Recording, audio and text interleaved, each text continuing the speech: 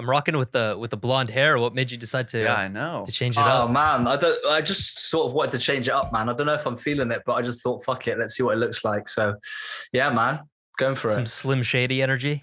Yeah, that's it, man. Love it. I love it. I love it.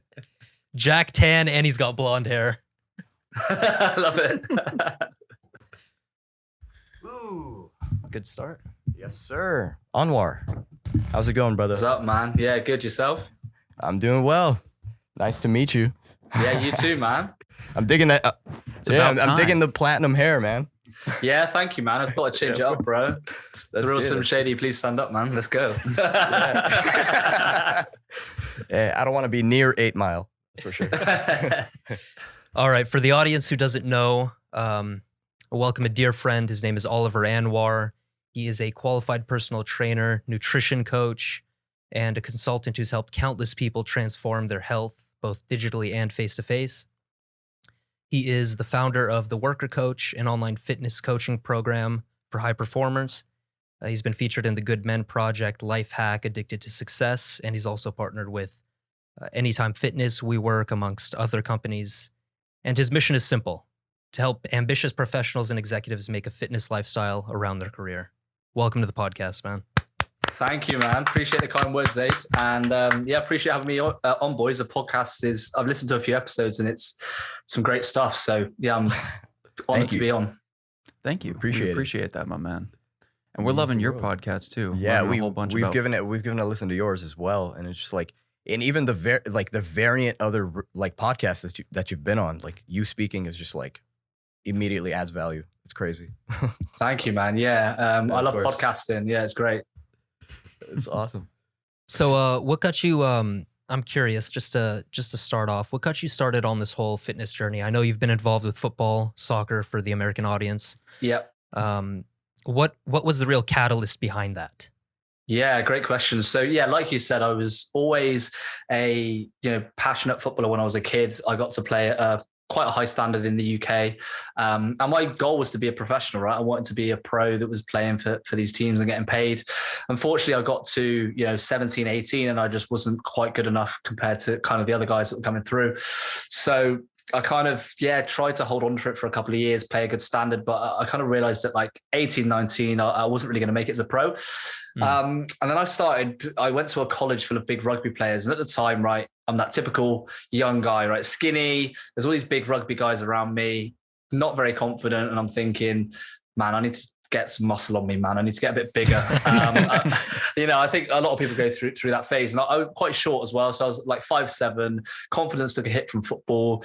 You're moving into adulthood, and I'm like, I need to get in the gym and start building some muscle. And when I did, I was, kind of following lots of things online where there's a lot of misinformation, man, a lot of bullshit around how to build muscle, how to eat well. And you guys have probably seen this. And like within the first few years, I made tons of mistakes, injured my shoulder, crash dieted, worked out till I passed out, all this kind of shit. And I kind of thought to myself, well, this can't be fun, man. Like, what am I doing? I'm not getting results and I'm doing all this work.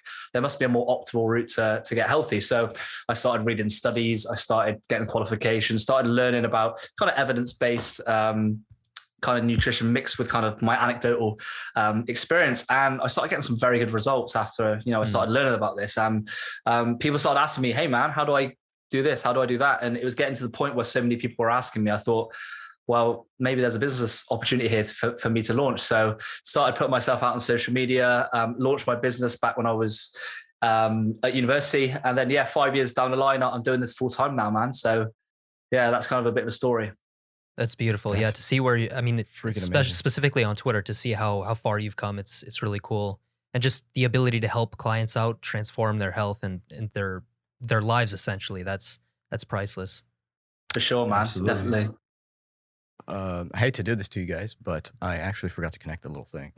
You forgot to connect a little thing? Yeah, we got to make it sort of fun, right? Hey, this is part of the So we're gonna process. sing the ABCs. Let's do it. Until I love get back. it. Unacceptable. Oh, good Lord. Wow, I actually did it. Oh, sorry. Oh, good for you. You were prepared. Plus, the beauty of this is we can. Do you ever nailed do it. things with like a brain fart and then you realize you actually completed it fully? Like what? You ever realize you did your job? I did my job. subconsciously. Yeah. Well, Anwar, I actually have a question for you. Sure. So, seeing as this whole, let's call it the Fitspo culture is very up there right now, I'm very heavily into the fashion industry, so I see that sways into the direction of sports now, whether you're in the gym or not. And it's just kind of like, what are your thoughts on like how do you identify the real versus fake, I guess you can say? Real and fake in terms of what? In terms of the people that are actually about it and versus the people that are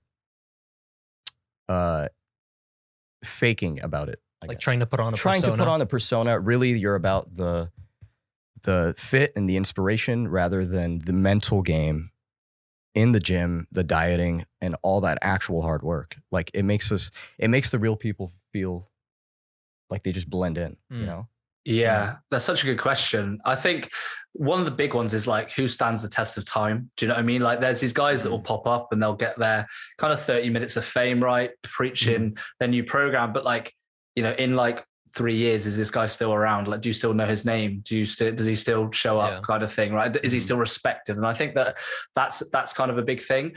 I also think the more kind of social media platforms people are on and the more content that they do, especially the longer form, the more you can trust them, right? Like you get some guy on a podcast speaking for an hour, it's very hard to fucking hide, right? Like, unless he's a Hollywood actor, man, this guy is fucking legit, right? Like you hope so anyway.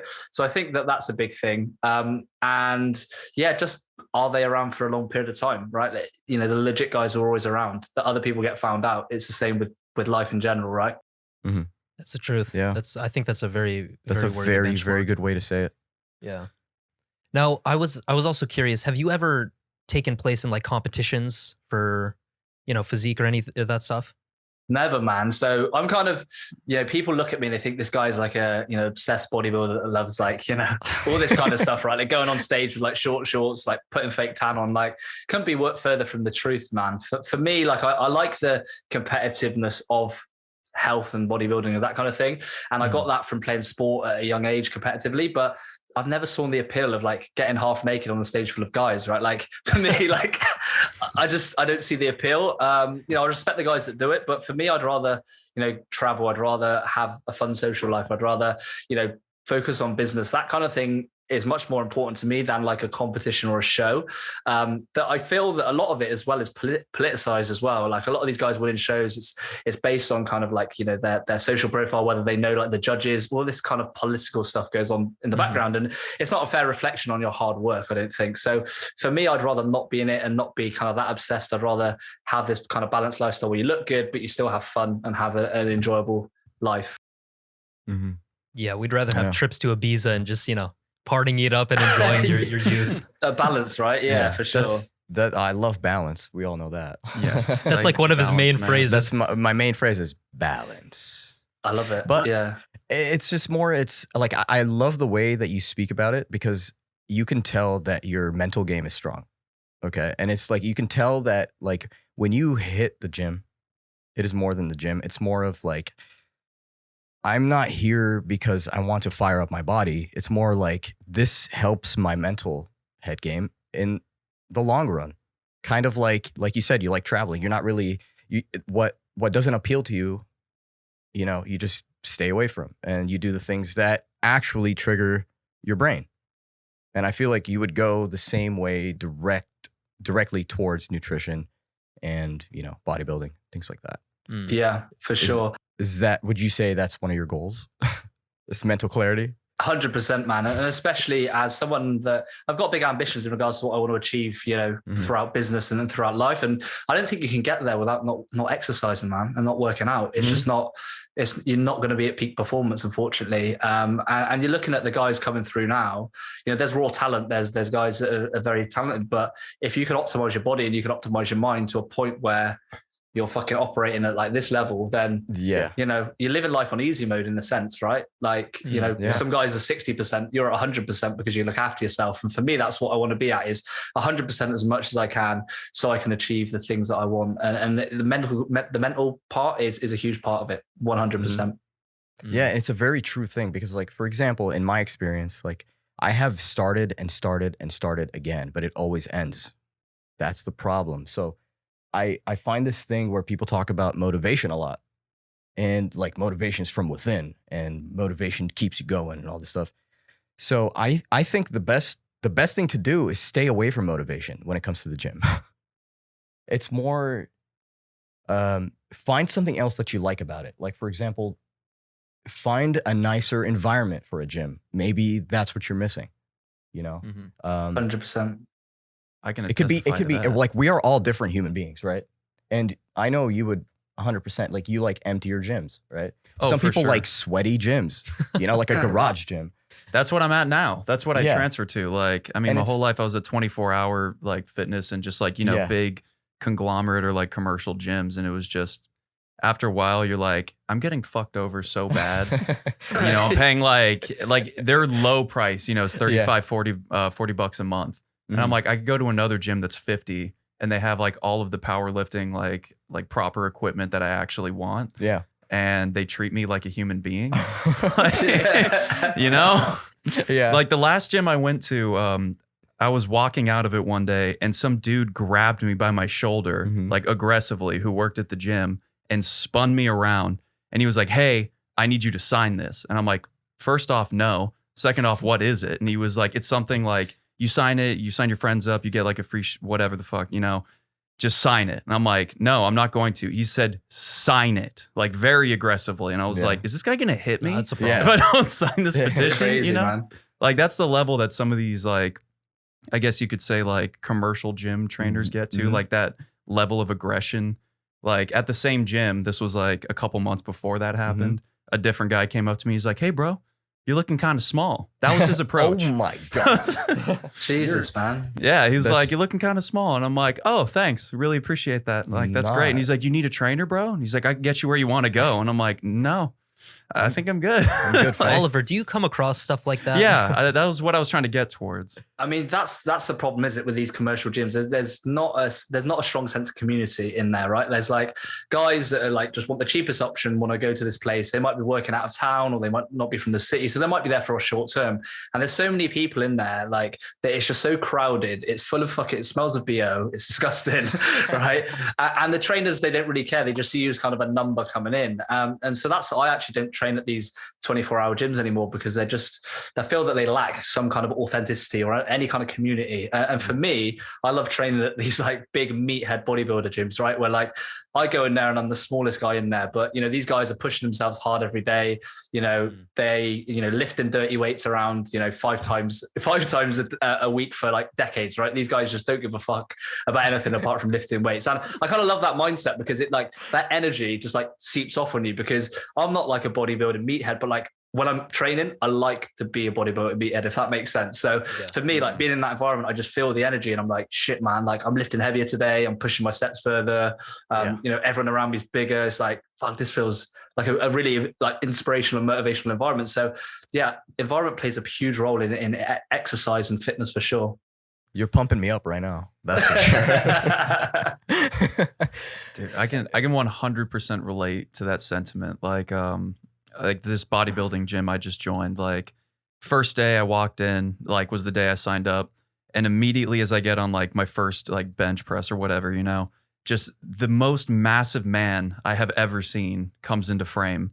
And when I say his body is probably, I don't know, like 50% wider than mine. And he's also like 6'7" and enormous, like probably double my body weight, but he's jacked. Like just, you're like, just, I felt like a child, you know, when they see something for the first time, they're just like, what? Like, I didn't know that option existed for humans. Like, and it's just, you're right. It's like motivating, because you're like, I don't know if I ever want to reach that point. Like, I think that's a little too aggressive for me, but you know, just being around people like that, it makes you want to push harder. Yeah, like of course. to get to your goal, whatever that may be at the end.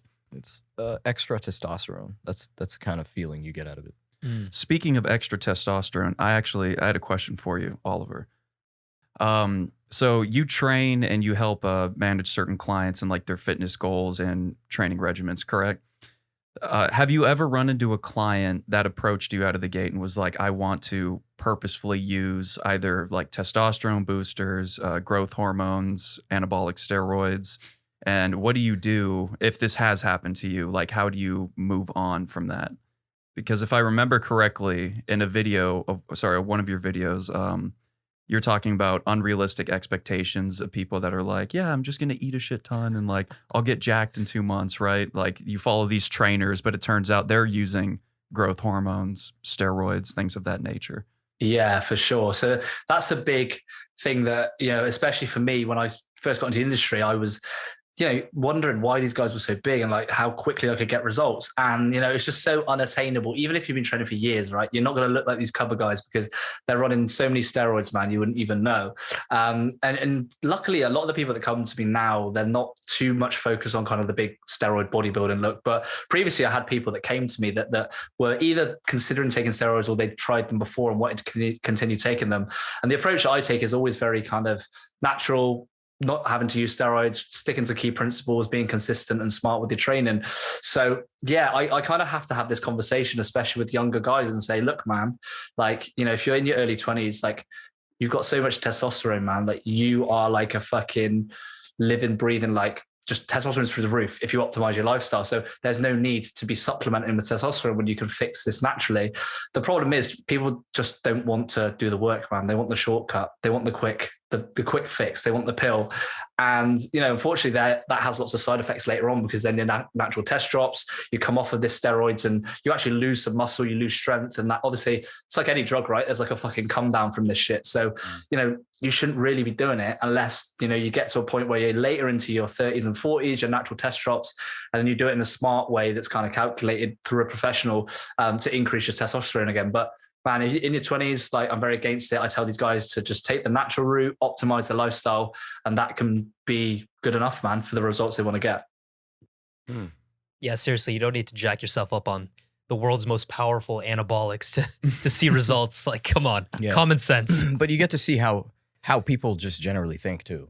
I mean, if you're proving to me through this that you are very short-termed, like I don't want to know what your financial status is. I don't want to know anything else. It definitely bleeds into other other areas, of course, because it's just the force of action, like the way you live. And I don't know.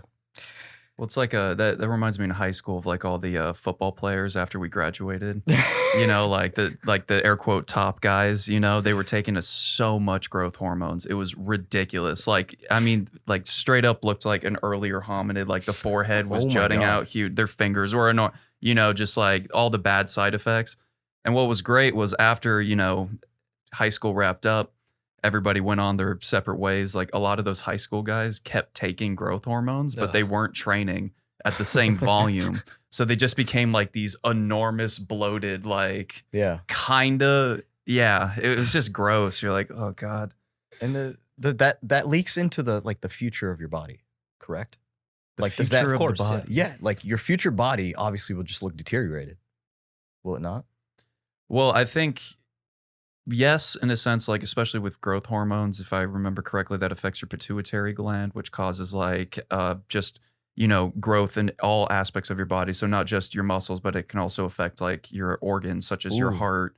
I believe also your liver, kidney, stuff of that nature. So like it's not good when kids, like when I say kids, teenagers, even people in their early 20s, like take growth hormones for that long of a period of time, right? It probably or definitely will have a negative impact on them in the long run, especially because like, with the increase of your heart size like that, it's going to be pumping way harder, going to be taxing it. So it's going to have a shorter lifespan in that regard. Or at least I would imagine. There's I don't know, maybe always Oliver, a natural you can way, correct man. me. There's always a natural way. Now, I haven't talked to you much about what you want to do in the future, but I would assume there are a lot of the same elements that you have right now. You want that in a few decades from now. Where do you see yourself in like 20, 30, 40 years? Wow. Great question, man. I've been thinking about this quite a lot recently, and it's weird because the past few years, like early 20s especially, all I've cared about is living for the present, right? Like it's just been travel as much as I can, have the money to do the things that I want, work remotely, have freedom. And I guess that will always be kind of my long-term goal is freedom, right? Like however I get that, I don't mind, to work on my own schedule, to be able to work out when I want, to travel when I want. All of that kind of stuff is really important to me. And lots of people I speak to. But in 30 years, I'd love to basically have a family for sure, have my business kind of running, but potentially having a team running it by then, definitely have money within investments, and actually going out and building another business within the health space. Hopefully that's kind of the goal that I'd love to have. But I don't know, man. I don't really think that far ahead. I just kind of like to have that vision of freedom, having a great family, being successful, having enough money to do the things I want. The rest is just details, man. How I get there, it kind of doesn't matter. Do you have any idea of what that business is going to entail? What it's going to revolve around? I mean, man, it's so hard. I mean, I'd love to go into businesses and help optimize kind of employees for like their health. So, doing some stuff with technology that would help optimize their sleep, their kind of workflow, everything to do with performance, basically. So like your employees could be like super fucking employees, basically. I'd love to build a business that helps do that. You know what I mean? And especially when you see the state of, the way some corporate wellness is done at the minute, it's terrible, man. Some of the things that I see. So I'd love to get into that space and do that. But again, that depends on kind of the technology that's available and everything else. But yeah, that would be a cool goal to have. I'm actually really glad you brought that up, because the question I wanted to ask you was, do you think larger, like, I'm just going to say like mega corporations, for example, right? Like we're thinking big picture. So people like Facebook, Google, potentially like Steam, the video game company. Do you think companies such as that could greatly benefit in terms of employee output and also just general productiveness and overall happiness levels would increase if those large corporations like instituted some form of physical activity? It's not mandatory. Like it's just, we have a gym now on site. So it's like you can come into work earlier, get a little workout in 30 minutes, 45, whatever gets you done or whatever gets you there. And then afterwards, or better yet, you just want to stay in late a little bit. You can work out there afterwards, just as a good sign on. Do you think that'd be a good idea for corporations? Definitely, man. And I think a lot of corporations are starting to do that to a point, right, where they're, offering like these employee benefits. However, I think the biggest issue, a lot of it is kind of like nutrition, right? Because when I speak to office people, man, like seriously, like people don't have a clue when it comes to basic nutrition. You think like, you learn all this stuff in school, but you basically don't know how to feed yourself properly. And I kind of think, there needs to be something there that gives people a good structure on how to eat well, not for anything like crazy performance, but just so you're not overweight, just so that you can actually sleep well and that you don't feel lethargic, just like basic human needs to be healthy. I don't think that there's anything there at the minute. So the exercise piece, definitely, but also nutrition, man. I think that would play a big role. What type of food? So considering that you've worked with these kinds of companies, what kind of food do you see them consuming on a daily basis? Oh man, everything that gives you diabetes. Cookies, pasta, like. Yeah, I mean, one of my friends, he works with a guy and he comes into the office and he has like this salad, but he puts like mayonnaise, bacon, cheese all over it. And then my mate goes, well, what are you doing? And he goes, well, I'm trying to lose weight, so I'm having a salad. And like in his mind, like that's the end of the conversation. Like, it's a salad, it's fine, I'm losing weight. That salad's about 1,000 calories, man. And it's kind of like, that's kind of the stuff that you see. And that's just the meals, right? You've then got kind of like the binge eating, you've got the stress eating, which is especially very prevalent with guys that are working long hours and have lots of responsibility. That's big. And just general kind of snacking is the bigger thing. I think snacking is awful, man. Like, why snack? Just eat 3 big meals a day, man. That's it. You don't need to snack. Like, especially if you're sat at a desk all day. I think if you're exercising regularly, you're an athlete, you maybe need to eat a little bit more. But, when you're just sat at a desk, man, just stick to the basics. Stop feeding yourself food that you don't need. It's wild, mate. Absolutely. It goes a long way. And staying on track with like, you're talking calories in that salad, right? On average, I'm just curious from your perspective, like how many calories do you think the average like employee, in a big company like that would need to consume on a daily basis? Because like, the USDA, or they recommend, 2,000 calories a day or something like that, which, I mean, some people say that's bullshit. Some people say that's a good thing. And I've always figured that, 2,000 is a safe estimate for most people, just because it's like a lot less food you're ingesting on a daily basis, especially if you're not exercising. So I think that's more based I'd on like if you could, tune in on that, give us your opinion. That would be really For sure. And a thing with calories and overall nutrition is everything's bespoke and customized. So, you meet a 6'4" guy that's, built like a fucking brick shit house. And then you have the little Dorothy that's, works in admin that's like 5 foot and she's like 120 pounds. Like their calorie goal is going to be completely different, like despite the fact that they're still within, the same job and they have similar activity levels. So that your build plays a big role. I would say, for guys, roughly, again, this is all customized, anything from around sort of 2,000 to sort of 2,200 would be okay. And I'd say for women, that needs to be a little bit less, between maybe, 16 to 1,800, again, depending on size and activity levels, it depends. But that doesn't seem like much. But what people need to realize is they are consuming way more than that on a daily basis. Like some people have 1,000 calories for breakfast. So when you look at those guidelines and you look at consumption, that they're just way off. And, it's not just the calories that we have to worry about. It's also the macronutrients, right? And this is what breaks up the calories. So when you're looking at building lean, you want muscle, right? You want lean tissue. You want to optimize your hormones. Protein, carbs, and fats play a big role. And if you don't have the right consumption of this, you're not going to build the muscle. Your hormones are going to be fucked. You're not going to have enough energy, and it's just going to be unhealthy for you. So whilst there needs to be education around calories, there also needs to be even greater education around kind of macros and what that entails and the importance of that for certain goals and your body, mood, hormones, that kind of thing. Now, would you recommend that for someone that is starting off? Like to be educated on the macros and, to be like inserting their mind on a certain path, or is there a way to start slow? For sure. Yeah, it's a great question. I mean, it depends where you are. If your daily habits are eating junk food 3 times a week and, it's terrible, then, basically just making smarter choices in regards to food choice, not having to worry about macros is just a smart thing to do, right? Because anything is better than stuffing your face with junk food, right? 3 days a week. So for them, that's good. And you tend to see that with kind of obese people. So obese people don't really need to know about macros and all this stuff. They just need to eat less and they need to eat better quality food that fills them up, so then they're not as hungry, they don't give into cravings as much, and get their body used to less sugar and better quality of food. Then kind of if you're moving towards kind of the next step and you have a physique goal in mind, so maybe you want to get a bit more muscle and lose a bit of body fat. Now that's when macros are going to be a lot more important because they're going to play a role in your recovery, again, your hormones, your energy levels throughout your workouts and that kind of thing.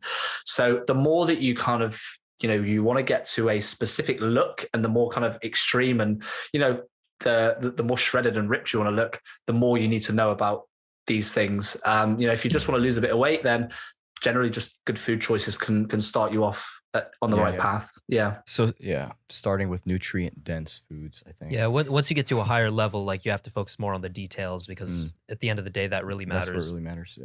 Yeah, that's right. Yeah, for sure. Now, I wanna segue a little bit. I know you are a big travel connoisseur. You like to go to different places. What is it about travel that makes you want to do more of it? And I guess, what is the biggest inspiration that you take from it? For sure, man. So I think, sorry, a call's just coming in. So travel for me, my dad's from Indonesia, which is Bali over in the Southeast Asia. So I've always traveled as a young kid. Have you been? It's beautiful, man. I've seen, but I have never been. I've wanted to go so bad. I've wanted to go for years. It's great. Now. It's really, you got to go, man, if you get the chance. 100%. 100%. I definitely will. Yeah, it's beautiful. So, I've traveled a lot from a young age and I got to kind of see a different culture, and, it kind of opens your eyes to, what goes on in the world. So, you see a third world country and you kind of see the problems that people face. You go back to your comfortable Western life, which, I'm lucky to have. And you think, man, my life's fucking great, man. I don't have to worry about not eating and, dirty drinking water and that kind of thing. So it kind of humbles you in that sense, but you also get a greater understanding of like just being able to cope as a human. Like I traveled over to Southeast Asia, New Zealand, Australia at 19. And I learned so many life skills from that point because I was just one guy on my own, completely different country, didn't know anybody, I didn't have any friends. Like it forced me to, fend for myself, right? Get a job, like go to an interview, being fucking confident at 19, go in and into a group of people and making conversation and try and be charismatic and trying to make some friends. And you see a lot of people, they kind of grow up in their town, they meet some friends at school and they stay within that that kind of comfort bubble, right? Because they know that it's easy. They never have to flex the muscle of trying to go and meet a new person or open up a new group of people or approach like a girl that they've never seen, which is, it's always nerve-wracking doing that, right? Despite what everyone tries to say about how confident they are, it's always a little bit of tension there. So, learning this stuff is just like invaluable life skills. And then you come back and you're kind of like, fuck, I've learned all this stuff. I've had all these experiences. This is great, man. I need another hit of it. Like, you know what I mean? And then you want to go to a different country and you want to see if you can do it there. And it just develops you as a person, your character, your skills, and your understanding. So I think it's one of the best things you can do as a young person. 100%. I am all for the travels. I've been a lot of places, but I 100% agree. Like, it just builds you differently. And you get to see the difference between a traveler and a non-traveler. And it's visible across the spectrum, just very obvious. Yeah. Have you ever been to the United States? I have, yeah. So my auntie, she's from the States. She lives up in Maine. She's American. So I've been up to Maine. I've been down to Miami, but I've never been to the West Coast, only East Coast. So I need to come visit you soon, boys. Yeah. You need to come visit the best coast, dude. Absolutely treat you. Oh my God, we'll take you to the coolest spots, honestly. Cruise on to the best coast. I want to do all the hikes and stuff, Like you've got all those national parks, man. Oh, it looks beautiful. Oh my God. Yeah, you could make an entire trip just inside of California. Be like a week or 2 weeks long, however long you want, man. Like there's so much shit to do here. It's crazy. Yeah, unreal. I love it. Yeah. Go over to Yosemite. Go hit up Eastern Sierras, go on down to the desert, go up, check out the redwoods. Then you got like San Francisco, LA, like there's just so much to do, man. Yeah, you got in-city hikes too. Like, so, I mean, like there's a lot to do. You're not going to be a fan of the traffic, but we'll get you around. I've heard about LA traffic, yeah. It's wild. It once took me, I think it was 3 hours to go half a mile. Yeah, man. Yeah. That's crazy. It's not great. Not cool. But yeah, we'll take care of you if you ever come. Appreciate that, man. Yeah, I'll have to take you up on that offer. Of course. Speaking of you being the international man of mystery, I just had to ask you. I love that title. I had to ask because, you're also into fitness and whatnot. What is gym culture like in other spots of the world? Because I'm not very well traveled, unfortunately. I would like to be, but I just haven't really had the opportunities to go. So like, is every gym like culture in each country you've been to kind of like ubiquitous with the others? So like, are they all similar? Are they all like a little bit different? Like, for example, like, I don't know, I'm just throwing out hypotheticals. Like maybe in Bali, it's a little bit more laid back there. Everybody's like, yeah, come on, like, let's go work out. Like, let's see how it is. But then I don't know, you go to like some Eastern European country, like, I don't know, let's say the Ukraine. I don't know where you've been, but it's just like super hardcore when you walk in, just pure metal everywhere. Liner. There's rust on the barbells and they're like, that is how we do it here. Like. I love the accent. That was good. I think there is kind of the same kind of theme throughout a lot of the gyms where you go to, right? So you've got your typical 24-hour gyms, you've got like your fighting gyms, then you've kind of got like your meathead bodybuilding gyms. That kind of runs true throughout all of the world. But what you find in certain hotspots, they're different, right? So Bali is like a big yoga place, right? So you'll see a lot of yoga places there and spirituality, like girls trying to find themselves, all that kind of shit, right? That'll be Bali, right? What's your star sign? What's my star? I'm a Scorpio, man. What about you? Oh, I'm a Capricorn. I'm one of the weird ones. Yeah. Oh yeah. I'm one of the weird ones too. Wow. I'm the only Aries here. On the Aries, man. Love it. Yeah. But you find different kind of, like trends in different places. But for me, I kind of stick to the things that I like to do, man, which is kind of like old school bodybuilding gyms. And you'll find that everywhere around the world, mostly because a lot of people, especially now that social media is so, globalized and stuff, they're following their favorite influences. Everyone wants to get big and jacked, right, in every country. So there's always lots of those there. But yeah, most of it is kind of the same, man, in regards to training. Yeah. And just an extension of that question, has there been a country that you went to, like you're just visiting and you walked into the gym and it was just a terrible experience from beginning to end? I'm not saying you have to call out that country, but like... Yeah, I mean, I'll have to call it out now. So when I was in Thailand, I went into a gym, man. And it was like underneath, like, so there was actually accommodation above it. So like someone's got like a little hut up the top, but like downstairs, they had like a little gym that you pay for to go to. And you can hear like the bed rocking upstairs whilst you're downstairs, kind of like lifting the weights and stuff, right? And then like everything's kind of like attached, like in very dodgy ways. Like you think you're going to hit the punch bag and you think the whole building's going to collapse. It's just like very kind of like dodgy, right? Like, and you're thinking no health and safety has been, conducted here. Like you're really worried. So that was probably the worst one. But no, luckily the rest I've had good experiences. That's good. Walking liabilities. When the squat rack actually plays like an integral part of the, I mean, the stability of the building. I wouldn't be me if I've never thought about someone throwing like just a bar after deadlifting and it just goes through the freaking roof. That has to have happened. Could you imagine somebody's deadlifting up above and they drop it and they just fall right through the floor? Not. Imagine. Fuck. Oh, that'd be rough. I'm going to take a wild guess. Is your favorite place to train, at least with taking everything into account, community, location, is that Dubai? It would have to be, yeah. You're right. Hey. Wow. Yeah. Yeah, because I've always wanted to go. I've just never gotten the chance. Man, it's great. I mean, Dubai, the thing about it is kind of, to be honest, it's not my favorite place. It's my favorite place to train for sure. The gyms there are just immaculate. They're got the best equipment, state of the art, and all that kind of stuff. The one thing about Dubai is you don't really get to see the culture of kind of the UAE people, right? It's kind of built for tourists, rich people, and kind of expats. So you're meeting a lot of people there from the States, like different parts of Europe, lots of kind of like rich Asians there. So like you're meeting like a diverse amount of people, and that's cool, right? Like I think that's amazing, but you don't get to see like the culture of the place itself. So like I don't think living there would be a place that I'd want to, because I like places that have like that little bit of culture to it. Like I went to Portugal recently, and you can just tell that like you fall into the Portuguese culture straight away, kind of like the seafood, right? Like the way that they're always sat outside having coffee, the kind of everybody kind of socializing at the beach. There's like that feel to it. And, when you don't get that feel, it kind of feels a bit not homely. But yeah, Dubai's a great place, man. Yeah. And then Logan, I know you have questions about specific movements because you've been raving about that. I do. But I wanted, before I even got into that, I wanted to ask him another question about home fitness. Oh, okay. Like working out at home. And it's more specifically linked to, I'm going to call it trendy fitness. And what I mean by that is companies such as like Peloton, and the most recent one is Tonal, I think.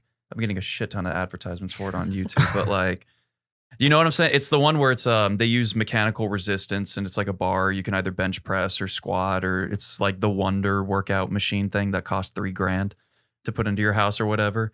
I was curious what your view on things such as that are. Like, for example, you buy a Peloton bike, it's like $2,500, but you could get a gym membership for $50 and go to a gym for multiple years, where you have like a whole plethora of equipment to go through, rather than just this one bike. Or a treadmill, or in case of Tonal kind of makes more sense because there's more shit, but like I still think you'd get a greater value. I'm still confused on that whole system of like how it actually works, because I remember I showed it to you yesterday. I was like, do these even work, or is there a limit? No, there's a limit. Like it's not going to do 1,000 pounds, like for squats, but like no, I'm saying limit as in your body growing. Like, is there a limit? Like, I'm pretty sure your body requires more at a certain period, so then it's just gonna. I don't know, but I was wondering what your view on those were, Oliver, is in the sense of, is it worth it to buy a trendy exercise piece of equipment? And, or do you think it would be more beneficial for people to just purchase a gym membership and like actually go work on some more compound lifting techniques, like actual mobility training, rather than just one stationary bike? That's a great question. And I was actually on another podcast recently, and we were talking about this. And to be honest, it's all about barriers to kind of exercise, right? So when you buy an expensive bit of equipment, it's in your house. You don't have to get in the car. You don't have to drive to the gym full of sweaty people and train. And you can just get out of bed and do it. And it takes you half an hour and you save time. That's a good investment, right? Because you could be paying $50 on a membership, but like you don't go to the gym. So your actually cost per session is not going to be that great, because you're paying for this membership. You're not fucking going, you're not getting healthier. But if that piece of equipment helps you to exercise a lot more and get the results, despite costing a bit more than what it would be, then that's a good kind of deal, right? So I always look at it as like, again, like home gyms can be great because it just removes the barrier. You have no excuse. Like your gym's in your garage, man. You have to walk down the fucking stairs, right? You don't have to commute. You don't have to worry about what other people think of you. You don't have to worry about getting your technique wrong. It literally is just show up there, like, and you can train. So it depends from person to person. Like, I personally like to escape the kind of home environment and go somewhere else, because for me, like, I attach home with working because I work for myself, and then exercise with going somewhere else because that's my like kind of off time. So for me, I like to do that. I like to have lots of different bits of equipment. I kind of like the bodybuilding and the community environment there of loads of guys lifting heavy. But for other people, they might be different. They might like the fact they save an hour a day by not commuting and having to go to a gym, and having that piece of equipment within their house makes them exercise more. So for them, that's a good deal. So I get it. I think it depends on the barrier to exercise, right? Like, if the barrier is high, then okay, maybe you need an bit of equipment in your room to kind of reduce that barrier. But if it's low for you anyway and you enjoy going to a gym, then just do it. There's no need for expensive equipment. Nice. There you go. There's a tip that I have actually self-formulated. It has been proven to work by me. But no, this actually, for example, I would section out parts of my house, because I know, like, for the past 2 years, for a lot of people, they have moved their business into in-home. So now home is not just home. You're missing the comfort because you work so much in it, right? So I had to do this thing where I had to section off every part of my house. Some rooms I had to split into like half, basically. But what I mean by that is, for example, if I am in the kitchen, or if I am upstairs and I am going to go downstairs to the kitchen to grab some water, I am going to drink that water in the kitchen because that's where it belongs. I came here to do this in this specific place. Okay, let's catch some sun. Where are you going to do it? Are you going to just blare through the window, or are you going to go outside? All right, outside is sun time. I'm going to divide the backyard into 3 different sections. One is for gardening. So I will not ever catch some sun there. I will catch some sun in my own corner. So it's kind of like you're doing this thing where you're partitioning your brain and your house into every place has its part. Yeah. It's like an OCD breakdown of your house. Yeah. It really is. And I had to do that. And it comes, I swear to you, it comes from working at home so much. When you work at home, you don't know what home is because you want to escape all the time, but you're at home. Yeah, I imagine, like, with training at home, it really just comes down to commitment, because, like you said, all you have to do is walk down the fucking stairs and you have a training environment, but you'd be surprised how many people find that to be difficult, if not impossible, just because they don't build up the habits that, require it. 100%. And yeah, we're all different people. So. Yeah, like me personally, I hate home workouts, and I hate having the workout environment the same place as where I'm living, because I feel like I'm getting cabin fever from staying in the same place for so long. So absolutely, yeah, I can relate to that for sure. Absolutely. That's what happened to me during COVID. Was I definitely got a bad case of like workout cabin fever, if you want to call it that, or it was just like I mean, we didn't have like I guess we kind of had a designated area, or at least I did. It was like the side yard, because it blocked you from the neighbors. I didn't have to bother my family. And also I could sweat outside with impunity. So I was like, perfect, right? But after like 2 months of working out outside, like in the same exact spot, staring at the same exact wall, at the same exact fleck of paint, while you're doing squat, like it just, it kind of it wore on me at least a little bit, right? To the point where I'm like, I'm just going to take some time off. I think it's, COVID, it's probably going to mellow down enough to the point where they'll open gyms soon. And so I took I think it was 3 weeks off of training and nothing happened. And I'm like, oh, well, it's around the corner, and I don't want to work out here. So like, I just went on walks after that. And then even I got over that shit. And then I just waited essentially a month and a half for gyms to open. They never did. I had to go back to working out in my house and shit. I'm like, it kind of felt like almost like a gym prison in a weird way. Does that make any sense? Yeah, I can relate, man, for sure. Yeah, it's just like the mental barriers are just there. Like, you just don't have the same energy. You don't have the same focus to want to exercise. And there's nothing you can do about it because you're locked in in your house, man. That's why COVID has been terrible, man, for exercise. Like, it's just been a terrible fucking thing. Yeah. Yeah. Which ironically enough isn't one of the best ways to like lower your chances of getting it, to, exercise and be healthy. Yeah. And it's kind of like it encourages the exact opposite with how we've handled. Yeah, the irony. Now, you've been on this fitness journey for quite a long time. How many years would you say you have experience in this for? Coming about 10 years now. Yeah. Okay. Wow. So you're definitely walking the path of mastery.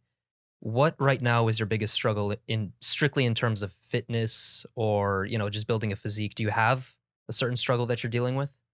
Yeah, so I think at the minute the biggest one is balancing a very kind of active social life with staying in tip-top condition, because it takes a lot of discipline. Especially when you're around people that like to party. You go out for drinks, you go on holiday, you go away, you're not in your normal routine. Like that is like the hardest part for me, is trying to balance all of that with the active social life, which I'm managing. But it takes a lot of planning, discipline, and like forward thinking to make sure that you do it. And even though I've been doing it for like 10 years, there's still times where I fuck up and I think, why have I fucked up? Right? It's just like, the conflicts there are very hard when there's alcohol and good food involved and you're trying to stay on track. Right? I'm sure all you guys are there, but it's a struggle, but I'm managing it well, and it just comes from practice, right? And knowing the right habits, the right systems to put in place. So like for the average person, what's your recommendation? Because I've messed up plenty of times. I've found myself in an environment where, people are having alcohol, they're eating junk food. I've fallen into that trap. What recommendation do you give to just the everyday person to try and build their way around that? Yeah, for sure. So a big thing that I kind of focus on is restricting kind of the frequency of the times that you go out, right? So, some people say, okay, cool, like I like to have a glass of wine every night. And I say to them, well, if you have a glass of wine, one glass of wine one night, that's going to lead to 2, that leads to 3. Next thing you know, every day of the week, you're having 3, 4, 5 glasses, right? And that builds into a habit. So I say to them, look, let's just not drink at all from Monday until Friday. And on Friday, have a certain amount. And then that's it for the week. That's kind of your treat to look forward to. So condensing it down, it actually reduces a lot of the kind of obsessive behavior that you have, because once you have one, it's so easy to have 2, right? But if you abstain from Monday to Friday, boom, it's kind of like nice and easy. I think also drink choice is really important. So people like to drink wines and beers, but they're so calorific, right? When you look at, a pint of beer in the UK is like 200, 250 calories. Whereas if you have a vodka with a, diet soft drink, that you're looking at like 50 calories. So for a quarter of the calories, you can get 4 drinks. So, if you want to get drunk, but you want to keep the calories down, then that's a good option, So there are smart ways to do it. But I think a lot of it is down to, is the rest of your life taking you in the right direction, or is the rest of your results getting you in the right direction? Because if you're making progress by not drinking, you're seeing the physical, mental benefits, you stop caring about alcohol as much, man. Like, you're happier to say no. Like now I'll happily say no to a night out, or I'll say no to nights that I don't feel will serve me, because I quite like my life, man, when I'm eating well, when I'm exercising, when I'm sleeping good. It makes me productive. It makes me happy. My relationships are good. Like when I drink too much, that kind of goes the opposite way. I make bad decisions that do stupid shit. So, I don't want to keep doing stupid shit. So the easy solution is cut down on, the amount of excessive alcohol, right? So, we kind of all know that. It's just having kind of strategies to put in place. But I think kind of condensing things down and being smart with, especially like your drink choice, can be really important. Love it. Love it. Absolutely love it. I really like the point that you made about making it a treat. Alcohol specifically, right? Or just, I guess you could say that's any intoxicating substance. That's legal, by the way. Important to mention. But right, like I think it's important to make it a treat, right? Because when you're having that productive work week, it gives you something to look forward to, right? In a sense, it's kind of like a short-term goal that's ongoing and it resets every week, right? It gives you that little extra push to keep moving forward, because if you just have it, like you said, I'll have a glass every night, just a little bit, like what's it going to do, right? I won't even get buzzed off of it. Like not even a big deal. Like that's just kind of falling into this sense of, how would I even call that? Like self-reward without actually doing anything deserving of it, right? And then I think that could lead to more negative, like mental states, emotional states, definitely in the long run, especially if you start abusing the substance that you're supposed to be looking forward to. So I really appreciated like that viewpoint of you saying that. You're like, maybe just try holding it off, see how that works, right? Maybe even 3 days, like Monday through Wednesday. Then you have a little on Thursday, and then you hold off till Saturday, like something like that. Whatever works for the person. Yeah. Yeah. Yeah, I think tapering it off is important. You know, like if some guy, so I've got a client at the minute, he's like a busy VP, like super stressed. And, you know, at the end of the day, like he would have, 1 hour to himself before he had to go to bed, then wake up at 5 a.m. and get the kids ready, work a crazy fucking life, right? And like when your life's that hectic, you can't have like even more responsibility after, like you need a little bit of freedom. So I said to him, okay, man, we'll start with doing 3 days a week. He was doing probably 5 days a week when we started. Then we went down to 3 and he goes, you know what, I've done 3. He goes, I'm going to do 2. Right. And I think halfway through the program, he got down to, we cut his alcohol consumption down by 75% in kind of like 6 weeks. Wow. Which did, for him as a busy VP, he was like, man, I'm so much more productive. He goes, I'm not irritated with my kids. Right. Like I feel leaner, like I feel happier just from cutting it down. But we didn't go from 0 to 100. Right. We like slowly kind of cut this off, and like we let him see the benefits. And when he saw the benefits, he was like, fuck man, I can manage this, right? This is realistic for me to stick to. And that's the thing about coaching. It's not about making someone do things they don't want to do. It's making them realize that, you know what, try this, see how you get on, and then see what fits for you, and kind of fitting it within their kind of boundaries of what they are willing to do. That is beautiful. You know what that reminds me of? And this is so kind of off topic, but on topic at the same time in a weird way. That reminds me of like back in the early 20th century, like 1900s in America, right? We had a huge opioid problem. Like just the country, I think it was like over 50% of people were using some form of heroin. Yes. Or like some form of opioids in the US. It was bad. And so one of the ways that the government like tried to curb that was by opening these heroin clinics in, I forget which town in the US, like just as like a tester to see if it worked, right? And they tried that method of weaning people off slowly, right? They could come in, get legal, or not legal, I guess legal in a sense, because it's supplied by the government. Regardless, it works. But yeah, right. So they come in, they get safe heroin, right? Or morphine, whatever it was. And then they would talk to a psychologist afterwards, and they would talk about plans on how to reduce that over time. And it was exactly what you were talking about. They're like, okay, so it's like you use heroin every day, like twice a day. How about we go from twice a day to once a day? And then like after time, they were like, okay, so now it's from every day, once a day, to like just 4 times a week or 5 times a week. It was the same thing. And actually a lot of the people who went through that program, right, I think they had an over 80% success rate in terms of people quitting opioids and heroin, just because they were like, oh, I can see the benefits. I can see myself being healthier. Like I can see that I'm not as like, tweaky and stuff like that. So what you're saying is treat humans like rats. No, I'm kidding. What? And the thing is that works for everything. Like it works for sleep. Like if you're going to bed at like midnight, you can just wean it down and then go from there. It works for nutrition, training, I assume. Like there isn't anything that it doesn't work for. Yeah, but it's that slow introduction of, okay, let's take this out minimally, right? And then I want you to see if there's any net positive results from this. And then how can we work on reducing that number overall to have a higher net positive effect? Yeah. Well, I mean, Zaid here taught me consciousness and like conscious eating, I guess, or conscious nutrition, whatever you want to call it. But making sure you know what's happening, like from the moment you insert something into your mouth. You have to. And it honestly, dude, that just starting with that builds you differently. Because I still eat like crap every once in a while, but it's every once in a while. It's not every day. Yeah. Huge difference. So I need the productivity. I need to feel, and I can feel the benefits, which is amazing. So Oliver, I have one word for you: the deadlift. Because this is something he's wanted to ask for quite a long time. What are your thoughts on the deadlift? Like as the motion in general, and I'm not talking, you can, advocate for specific types of grips or stance. So like maybe you're just traditional, or maybe you're squatting or deadlifting sumo, something like that. How do you feel about the movement as a whole? Do you believe that you could get the same results from other exercises that are, considerably less dangerous? And I can emphasize on what dangerous means if you would like me to. Sure. I imagine you're aware, Yeah, for sure. So this is a great question because especially through Twitter, people are like, you need to fucking deadlift heavy, man. And this is, what you need to do. And this kind of stuff. And then fair play, right? If you're a power lifter or you want to be the strongest guy in the gym, then yeah, you probably need to do deadlifts. But for 8 years, 8 years, I didn't do a deadlift. 8 years of training. Like first 8 years, no deadlifts at all.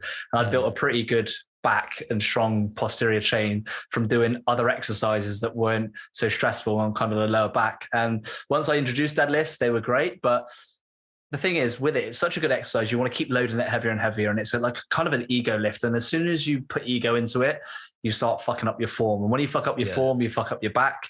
And that ruins the rest of your training, man. Like it's so bad. So to answer your questions, deadlifts can be great if performed with good technique and, you know, not ego, and you do everything perfectly, you recover well and you stretch, they're fine. But, you know, most people are not that disciplined and most people are actually not going to do that. So, you know, especially if they are new to training, I would say, you know, just stick to kind of other variants that support your lower back, right? Like chest supported rows or like a machine row or, you know, other kind of pull downs that build your back. You know, you don't have to be doing deadlift. They're not mandatory as much as people on Twitter like to say that they are. Beautiful. Yeah, Wisdom I mean, from the man, Yeah, Oliver. there you go. yeah. How do you feel about that? No, I mean, I agree with him. You know, like I don't like the deadlift movement personally. Like it's just not my jam, you know. And also my dad, he used to be a bodybuilder back in the day. And he told me just a long time ago, before, like when I first started getting into the gym, he was like, if you want to fuck yourself up, just start deadlifting heavy. He's like, I've seen it 100 times. It's like the number one way to get yourself injured in the gym is like deadlifting heavy, at least from what he's seen a lot of shit, you know, and I'm not going to get into the stories that are pretty gnarly, but you know, he said just unanimously, almost every major injury he saw was contributed to deadlifting one way or another. And I was like, okay, so I'll stay away from that. You know, he's like, you can do other things, you know, to work out your legs, you know, that are potentially not as dangerous. And so I kind of just stuck with those that he recommended. So that would be, you know, leg extension, light leg curls. But it's like, rather than, you know, as you said, don't load heavy, you go light. And then it's just like you feel the flex as you're going down and as you're coming up, you know. It's just stuff of that nature. What are your go-to movements to replace the deadlift? If you have any. Yeah, for sure. So deadlift, what you're looking at with deadlift, it's building a lot of the posterior chain. So for you guys listening, that's kind of like your hamstrings, your glutes, part of your back as well. So any kind of exercises that replicate that are good. Glute bridges and like hip thrusts can be really good. They're excellent movements. Lion hamstring curls as well are fantastic to engage in your hamstrings. And a safer version of the deadlift is actually a rack pull. I don't know if you guys know what a rack pull is, but it's kind of like a higher version of a deadlift. And this is actually going to, you know, allow you to build up your traps and build up your upper back without going as low as to engage in other parts of your body where you can kind of get injured. And you can still load this quite heavy, right? So if you want to put your ego in there as well, you know, you can start lifting heavy, the rack pulls and get results. So yeah, those would be some of my kind of substitutes for the deadlift.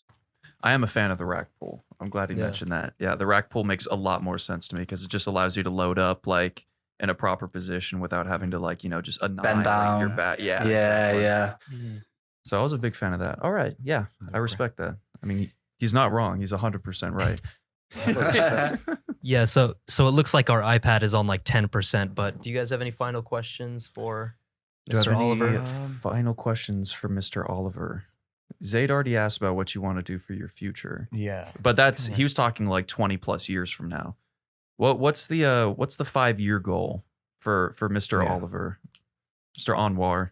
So I've got a bit more of an idea for that. So business wise, it's to keep kind of scaling my business to a point where I start building a team into it and have a team kind of do certain bits and kind of train up other coaches. That's a big goal over the next 5 years. To be in just healthy body condition, you know, just lean year round, being able to operate at peak performance. To me, that's important. So I kind of got, the business goal is that one. The health goal is that one. Kind of like my lifestyle goal is just to have the freedom to do what I want to do. I want to live abroad for a while. So I want to hopefully go to, in the next 5 years, either like Spain or Portugal, down in the Mediterranean in Europe. We'll come meet up. He was over just there. there. He was just there. Let's do it. Where were you? Whereabouts? I was in Spain. I was in Granada. All the way nice. to Almeria. Beautiful, man. Yeah, I love the Mediterranean, man. Like the lifestyle. It's, oh my God, it's beautiful. It's unreal. Yeah, I felt like I was dreaming the whole trip. It was crazy. And I've taken trips before. This one, I just felt like a dream. I have not comprehended it. It's been 3 weeks. But Oliver, we really appreciate you having you on. Yeah. Thank you for having me, guys. Any final words of wisdom for the audience? Yes, please. Any bit of wisdom? I don't really have any at the minute, man. Fair enough. I don't know what to say. Just, I don't know, man.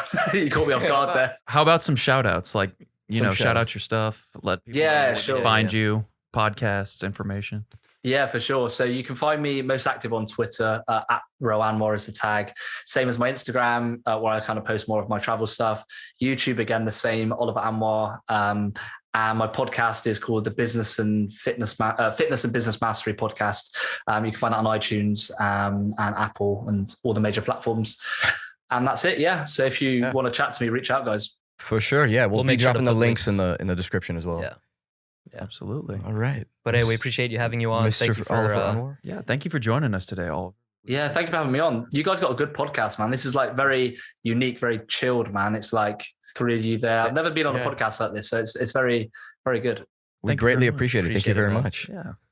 All right. All right. Send us out with any. Yeah, send until us off, next then. time. All right, guys. Well, this has been episode number 98 with Oliver Anwar.